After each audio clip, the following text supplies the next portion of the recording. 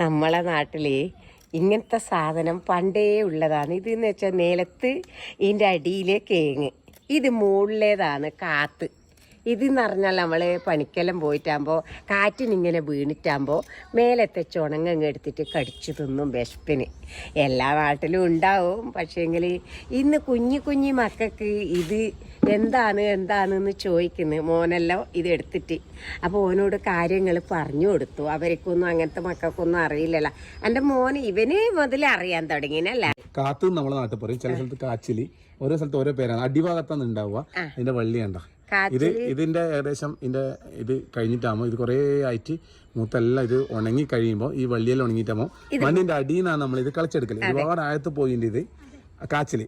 ആ കാച്ചിലിന്റെ മുകളിലേക്ക് പോയ വള്ളീന്റെ മുകളിൽ നിന്ന് കിട്ടുന്ന സാധനമാണ് ഈ സാധനം. ഈ സാധനം എല്ലായിടത്തും ഉണ്ടാവും കേട്ടോ. നമ്മുടെ ഇത് കിട്ടിയോണ്ട് നമ്മൾ ഇന്ന് കവിക്ക് കൊടുക്കാൻ വേണ്ടി ആക്കുന്നുണ്ട്. അപ്പോൾ